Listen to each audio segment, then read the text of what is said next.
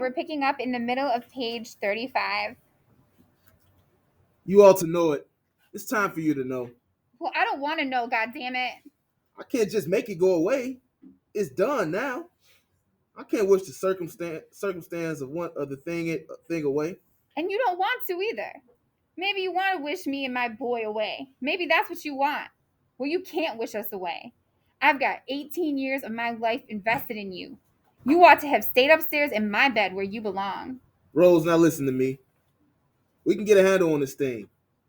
We can talk this out and come to an understanding. All of a sudden it's we? Where was we when you was down there rolling around with some godforsaken woman? We should have come to an understanding before you started making a damn fool of yourself.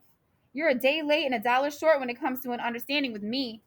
It's just she gives me a different idea of a different understanding about myself. I can step out of this house and get away from the pressure and problems, be a different man. I ain't got to wonder how I'm going to pay the bills or get the roof fixed. I can just be a part of myself that I ain't never been. What I want to know is, do you plan to continue seeing her? That's all you can say to me. I can sit up in our house and laugh. Do you understand what I'm saying? I can laugh out loud and it feels good. It reaches all the way down to the bottom of my shoes. Rose, I can't get that up. Maybe you ought to go on down and stay down there with her if she's a better woman than me. It ain't about nobody being a better woman or nothing. Rose, you ain't to blame. A man couldn't ask a woman to be a better wife than you've been. I'm responsible for it. I unlocked myself into a pattern trying to take care of you, and that's all. I forgot about myself. What the hell was I there for? That was my job, not somebody else's. Rose, I done tried all my life to live decent, to live a clean, hard, useful life. I tried to be a good husband to you in every way I knew how. Maybe I come into the world backwards, I don't know. But you born with two strikes on you before you come to the home plate. You got to guard it closely, always looking for the curved ball on the inside corner. You can't afford to let nothing get past you. You can't afford a call strike. If you go down, you're going down swinging. Everything lined up against you. What you gonna do? I fooled them, Rose. I bunted.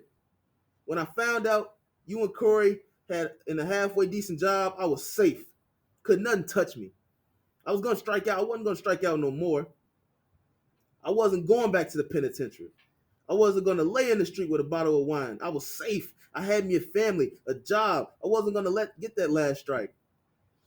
I was on the first looking for one of them boys to knock me in, to get me home. You should have stayed in my bed, Troy. Then when I saw that girl, she firmed up my backbone. And I got to thinking that if I tried, I just might be able to steal second. Do you understand? After 18 years, I wanted to steal second. You should have held me tight. You should have grabbed me and held on. I stood on first base for 18 years. And I thought, well, goddamn it, go for it. We're not talking about baseball. We're talking about you going off, lay in bed with another woman, and then bring it home to me. That's what we're talking about. We ain't talking about no baseball. Rose, you're not listening to me. I'm trying the best I can explain it to you. It's not easy for me to admit that I've been standing in the same place for 18 years. I've been standing with you. I've been right here with you, Troy. I got a life too. I gave 18 years of my life to stand in the same spot with you. Don't you think I ever wanted other things? Don't you think I had dreams and hopes? What about my life? What about me? Don't you think it ever crossed my mind to want to know other men? That I wanted to lay up somewhere and forget about my responsibilities?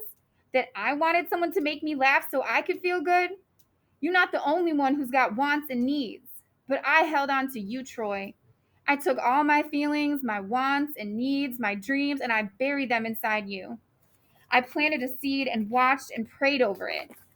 I planted myself inside you and waited to bloom. And it didn't take me no 18 years to find out the soil was hard and rocky and it wasn't never going to bloom. But I held on to you, Troy.